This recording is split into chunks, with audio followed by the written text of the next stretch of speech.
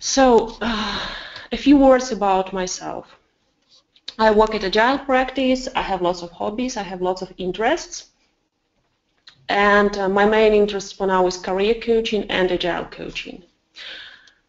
I will speak about motivation, and motivation means different stuff for different people. As you see here, for someone it is about energy, for someone it can be about values, about drive, about hard work, and about passion as well. I will share with you my tips and tricks on motivation that I have found out in different resources, in different books, in different webinars and conferences that I use for myself and also that I use during coaching process with people who I work with as a coach. These tips and tricks works well for me, and I'm getting good feedback from the people who I'm coaching on these tips and tricks, and I hope it will bring you also some benefit. My talk will go in the following format. First of all, I will tell what to do in order to be motivated, then I'll tell why it is necessary to do so, and then provide some how-to instruction. How to do this what? So the first very important thing about motivation is to see the sense of what you are doing, to see why you are doing this. And it is actually necessary for our health, for our mental health. I mean, to see the reason why you are doing something. There was a research some time ago made by psychologists. They investigated a group of people who came into some very dramatic experience in their life. And they see that some people from this group were able to live through this experience, were able to find out the way through it and to find out the reason to live then afterwards. But they also see that some people were not able to live through this dramatic experience, and they will need to go to clinics. And scientists try to find out why it happened this way. And what they realized is that the people who were able to live through their dramatic experience, they were able to find the reason why this trauma happened to them. So it is very important to know for us as human beings, to know the reason why something is happening to us, and to know the reason why we are approaching some experience, why we are approaching something. So if you would like to do sports, or if you would like to learn English, or if you would like to get project manager position or agile coach position, it is important for you to know why you're going to do it. And how to do it. Just ask your question, why and what for you do this.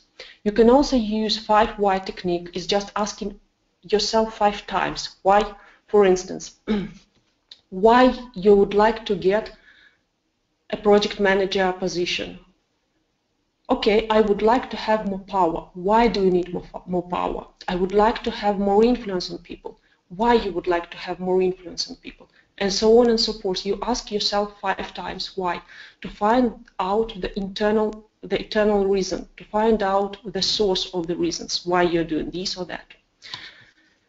You should also ask yourself the following question: how would you know that you get it? How do you know that you get what you're approaching to, what you want to? And you should also know your expected result. Some people came to me on coaching and ask and tell me that they don't know what they want. And in this case, I usually ask them to remind just 5 cases of activities in their past that they made with very large pleasure, with very much of pleasure. So in such a way, we try to find out in their past the experience when they were doing something that made sense for them. You can also do it for yourself. You can just remind 5 cases when you were happy while doing something, when you see the sense of doing something, and look for the pattern in these activities. What was similar in these activities to yourself? And after this, try to see your current activities and to find out, are there any activities that are making sense to you? If yes, then that is fine. If not, probably you will need to change something. It is one and first tip on motivation, so know the sense why you're doing something. The next one is about removing impediments. As human beings, we would like to go through easy ways. We would like to find easy ways of doing something. And for instance, if you would like to play a guitar, and guitar is located somewhere in some location that is very far away from you, maybe it's in some wardrobe, but maybe it is in some room that is very rarely used. So actually you even don't see the guitar. You need to make your way to the guitar as shorter as possible. If you would like to read some book, you need to put this book under your table near you. So whenever you would like to read the book, you just take a book and read it. So you just take a guitar and play it. So you need to shorten the steps to the activity that you would like to go into. If you would like to learn English, you should find that there are courses somewhere near your house, somewhere near your workplace. So the way they were as shorter as possible. Because when you do steps to the activity that you would like to be involved in, you can lose your motivation on this way. So this removing impediments works pretty well for me and pretty well for many people I know. So make visible something that you would like to do. Also find allies to support us, people who are also fond of something, and do it all together. And limit your time with people who demotivate you, with people who telling you that you will never get it, you will never get the position you would like at work, you will never get the income that you would like to get. Just limit for some time your time with these people, and try to mix with people who support you, or people who have similar goals, similar purposes. And also reduce the way to the activity that you would like to be engaged into. The next one is very simple, but at the same time it is quite complex. Think positive. Thinking is like actually the way like we see our life. There was also an experiment on people who were asked to play Tetris for a couple of weeks, for several hours a day. When these people were playing Tetris for some time, they found out that when they came onto the street, they see this Tetris figure all around. They see buildings that are like Tetris figures, and they try to combine it in Tetris manner. So they start seeing Tetris everywhere. And actually people who think in negative patterns, they can see these negative patterns everywhere. So it is just a mental pattern. So, and positive thinking is possible to learn how to do it. And when you think positively, you can have less stress and have more strength and more willpower for your activities. In order to practice positive thinking, I can advise you every evening, for instance, for 21 days it is the time during which the habitual pattern will be set up. For 21 days, just to think about 3 positive activities that happened to you during this day, just to enumerate it. You can also use the hint from the previous slide about supporters, and you can send these people SMS, some text message, what 3 positive activities you saw today, what 3 positive activities happened to you during this day. And in such a way you will get a habit of noticing positive stuff in your life.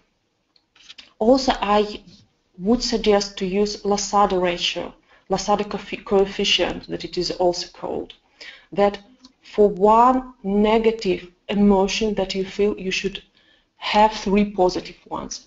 For if you heard something negative on your side, you should try to find out 3 positive things about it. And in such a way, actually, performance in team can be arranged as well. For instance, if you have a team at your work and you always providing them some critical feedback, some, as it is also called, constructive feedback.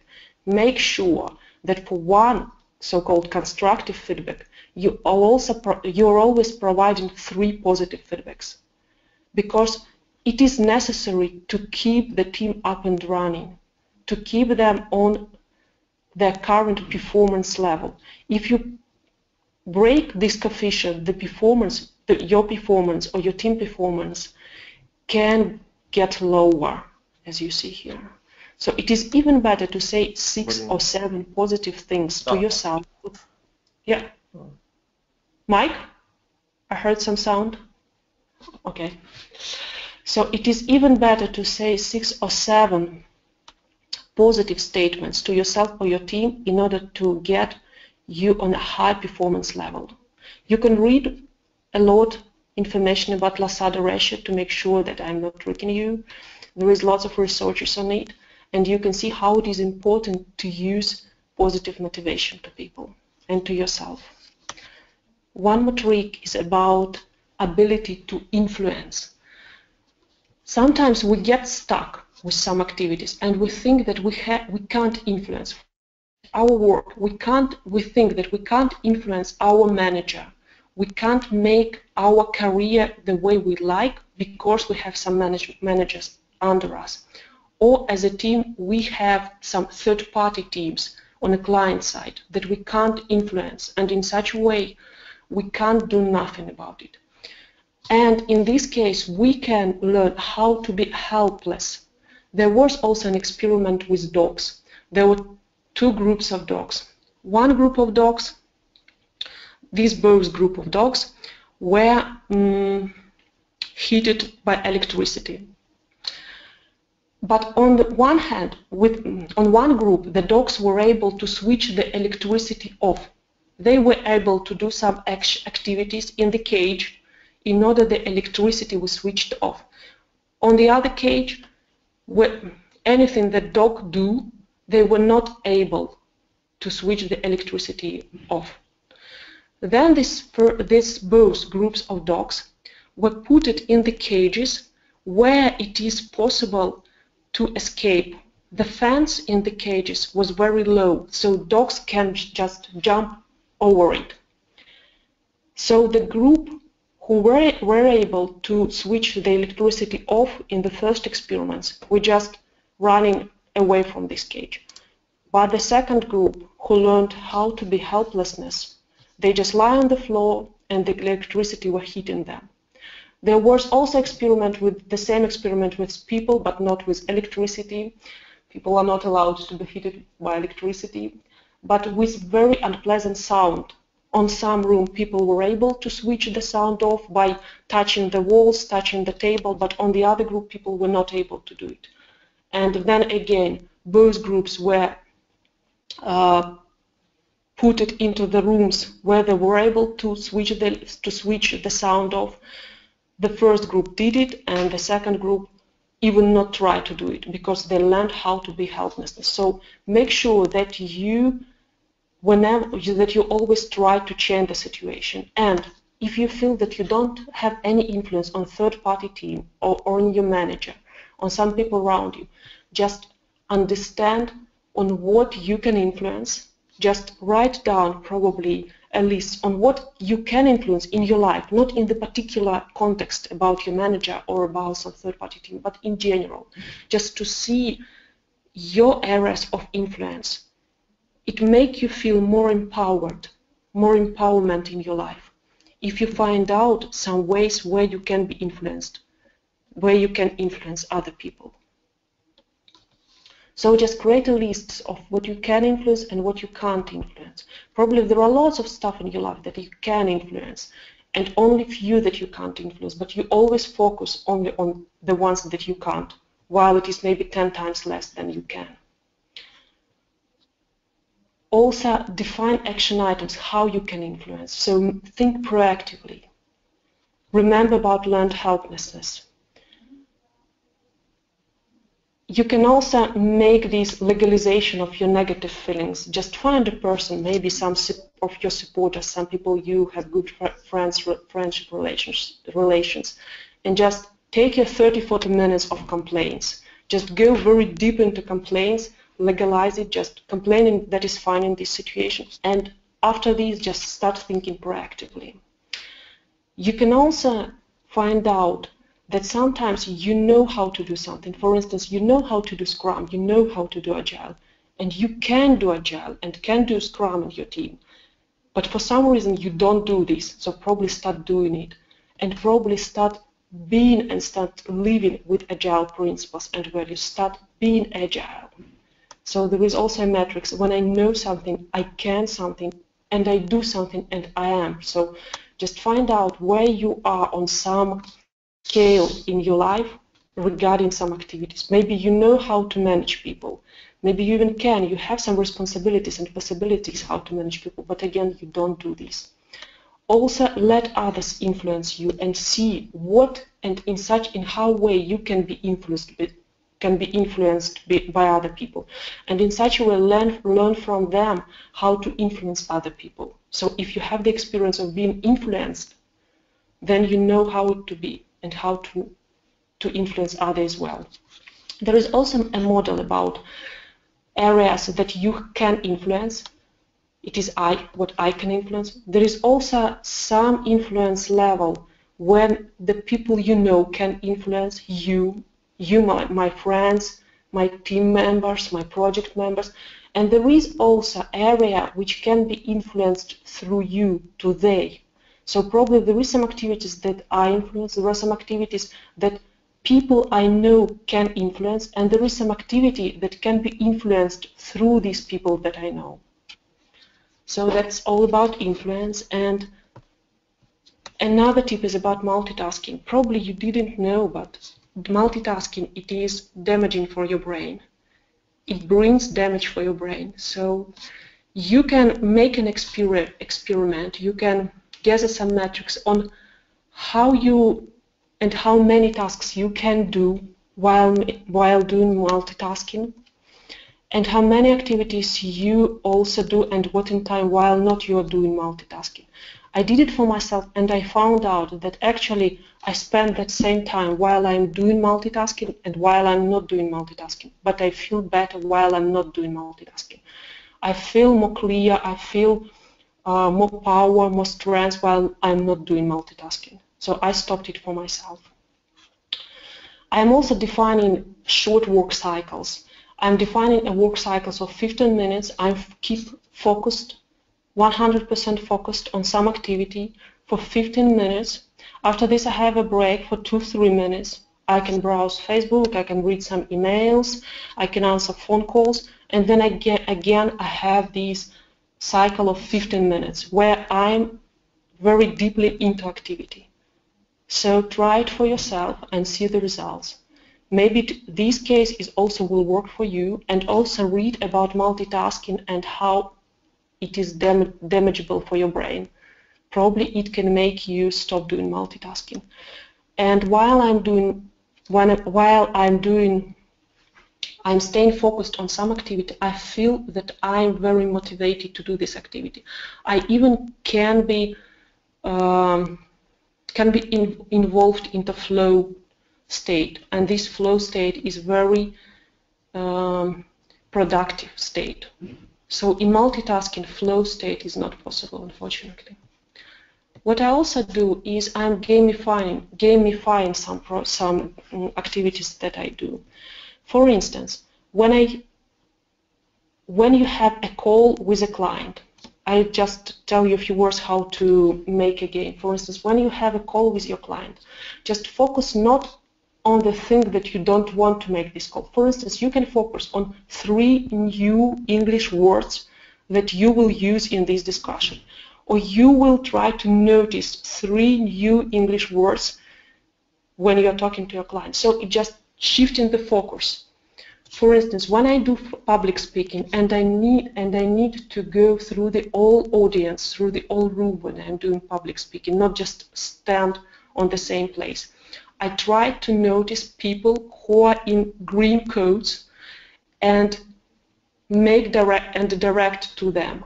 So in such a way, I play a game. I'm not just focusing only on my speech, but I'm focusing something on the space. So it is about designing games. And you can read a lot again about how to design games and how to be, and how to be productive while designing games, how to shift the focuses and not focus only on something that is really very important and really very stressful to you. What is also important about motivation is a good sleep. Good sleep provides you maximum of your cognitive functions. Even if you were not able to sleep for 8 or 9 hours, but were able to sleep only for 6 or 7 hours, just minus 1 hour of your habitual sleep, you're reducing your attention on 30%. So actually it is very important to sleep just to keep your attention on the same level, to think and to get the information on the same level. There are also some steps how to achieve it.